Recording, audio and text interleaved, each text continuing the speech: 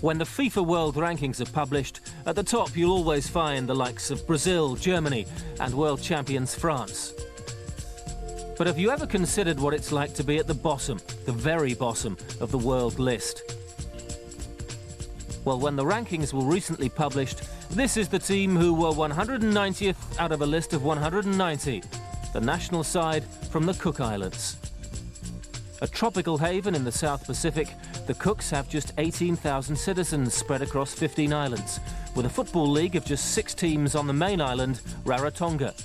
And half of the 400 registered players also play rugby union in the off-season. But just as some of the better nations suffer from the exodus of their top stars to leagues in Spain, England or Italy, the Cook Islands struggle to hang on to their players. Right now, our biggest problem is there's a downsizing in the general population, so we've lost most of our good players leaving the country to New Zealand for better pastures, as it were. Many of the expats who live and play in New Zealand and Australia returned to represent the national team in the recent Polynesian Cup. They came back not for the money, but for the honour. Basic things like contracts, transfer fees and wages are only good for a laugh in the Cook Islands.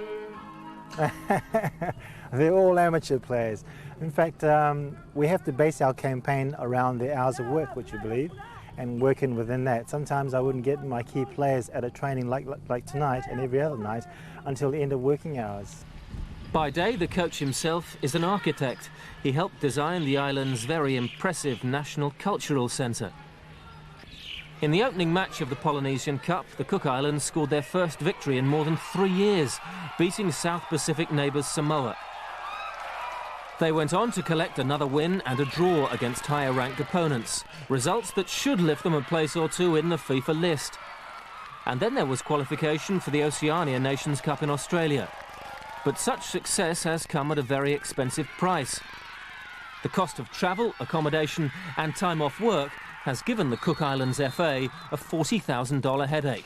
But there are plans afoot to make football the #1 sport in the region, ahead of rugby union.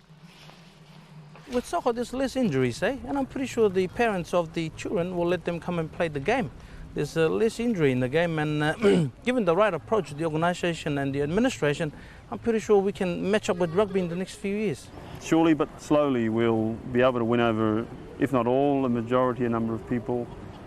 Here in the Cook Islands, for instance, we hope to be the #1 sport in the next 10 years, I think, with FIFA's help and FIFA's assistance in terms of the development grants. I'm sure island countries, which are predominantly rugby, will sort of give rugby in league a good go in terms of the numbers, participation and popularity. Reality bit when the Cooks were thrashed 16-0 by Australia in the Oceania Nations Cup. They'll never be a world superpower, but for this team it's the taking part, not the winning, which will always be the motivation.